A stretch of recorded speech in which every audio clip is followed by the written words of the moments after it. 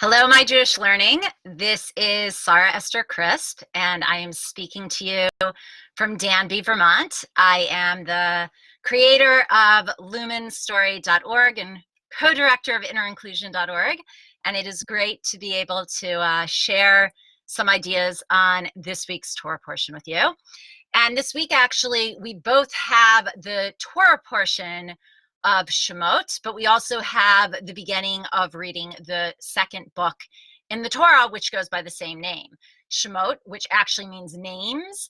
And then, interestingly enough, the English counterpart to that, which means Exodus. So to begin with, why? Why are we speaking and calling this section about our leaving of Egypt, our exodus as a people, and then yet the Hebrew is not using that terminology, but is rather referring to the book and to the Torah portion, which speaks of this as names.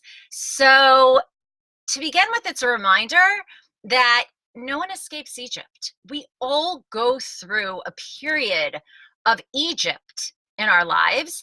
And Egypt, the Hebrew word Mitzrayim, is the concept of Meitzar, of constrictedness, of limitation, right? When you're enslaved, you're not yourself. You're not able to utilize your talents and your abilities and to do what you want to do. Somebody else is dictating. Somebody else is putting that constriction on you. So we all go through periods in our lives of this restricted, constricted state. That is the Egypt. And we even have a reference to this in the Ten Commandments. It begins with, I am the Lord your God who took you out of the land of Egypt. So clearly, if we were taken out, we also had to be there to begin with. And it applies to all of us at all points and times. And we all go through this at some point in our lives. And yet there's something intrinsic and connected to leaving Egypt and having a name and knowing your name and using that name. So when it comes then to names, we have this parallel and this understanding of how names equate with freedom.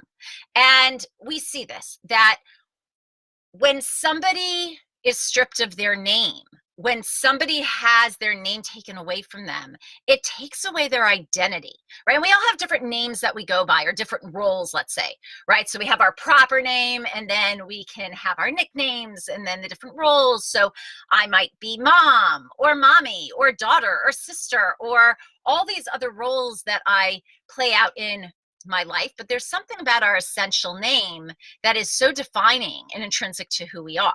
It actually says in Jewish mysticism that when a parent names a child, it is the one time in our lives where we are granted, where we are gifted with prophecy. It is prophetic, the names we give. And we might think we're giving that name because of, in a lot of circles, naming after a loved one, somebody who's passed away, or it could be somebody we admire, whatever our motivation is for that name. There's definitely the connections we have for why we give that name, but there's something that goes so far beyond and is so much deeper and is prophetic in terms of what the name represents, why this child is given this name. And very often throughout that child's life, it will develop and reveal itself. So there's something very powerful about the name, very prophetic to the name, both in terms of why the child is given it and why the parents are chosen to give this name to that child. And then there's also that idea of using that name, because when a name is taken away, and we all as a people, can look at different horrible times in our history where we were nameless, right? In the Holocaust, we were numbers. We weren't names. We didn't have names. We weren't referred to by who we were, but we were a number. A slave is nameless. You want to take somebody's freedom away, take away their name. Even sometimes when somebody's referred to in, hey babe, or hey cutie, or whatever that little term of affection may be, if they're never referred to as their name, it can become very demeaning. Right? There's something intrinsic to the name. So we're told that Shemot, we talk about our exodus from this place of constriction and restriction and enslavement, and we have to know our name and we have to use our name. And actually, just a few Torah portions before, we have this reference where Joseph says, Ani Yosef, I am Joseph. He knows who he is. He is making it clear to his brothers who he has always been, that he knows his identity, that he did not lose his identity when he was immersed in Egypt, right? That's another thing. Somebody else may strip you of your name, but don't forget your name. Don't forget who you are. Don't forget what your potential is. Don't forget what you're capable of. You need to know who you are, even if others are not using that name or not referring to it or trying to take it away from you. And being able to state that name, I am Joseph, this is who I am, is owning that identity. Because along with being nameless when somebody is trying to put you in a place of enslavement and restriction and take away that freedom, is also taking away one's voice. Don't speak. No one's going to hear you. There's no one to listen anyway. No one cares. No one will believe you. You have no identity. You have no name, right? It's the way abuse begins. It's how enslavement can happen. So we have this idea of I am Joseph. We also have a very beautiful thing where we speak in this week's Torah portion of Batia, who is the daughter of Pharaoh, but actually takes on the name. Her name changes. She is first referred to as Bat Paro, the daughter of Paro. And not only is Paro the one who enslaves us, but the name Paro has within it the letters Pera, an evil mouth. Right? Everything he says, the negativity, the toxicity, the desire to demean and enslave and destroy and murder, right? Everything out of his mouth is just something to separate from. So she is first referred to as daughter of Paro, but then we hear about her and we know when she goes and she saves Moses, that she is Batia, daughter of God. What a beautiful, phenomenal transformation, right? To be able to go from the daughter of Paro to being the daughter of God. So even when we're in a place of enslavement, we can recreate who we are. We can tap into that true identity. We can reveal the name that's there for us and we can live it.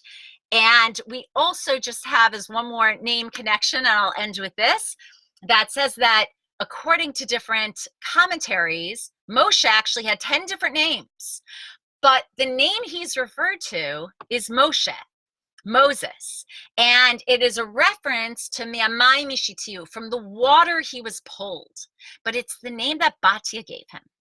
It's not the name that his mother gave him, that he was referred to by other people, but the name that sticks, that God uses to call him, is the name that Batia gave him, the one who risked her life, who sacrificed, who went against the grain, who fought her father and the home she was raised in, everything she knew, and put it all on the line. She was giving away her freedom, if anything, for the truest freedom, to go. It says she was there at the Nile to convert to Judaism, to reveal her true self, her true identity, and her true name is Batia. And she pulled Moshe out.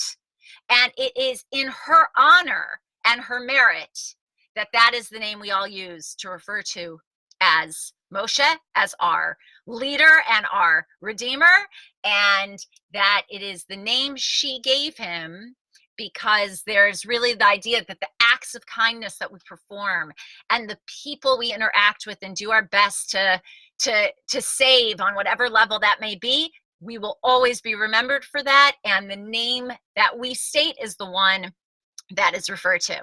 So with that, I want to wish everybody a good Shabbos, a Shabbat Shalom, and we should all have the ability to know our names, to use our names, to tap into them, to state them, to know who we are, and to recognize that through our name, we have the ability and possibility of tapping into and revealing incredible possibility in this world. Thank you so much, and good Shabbos from Danby, Vermont.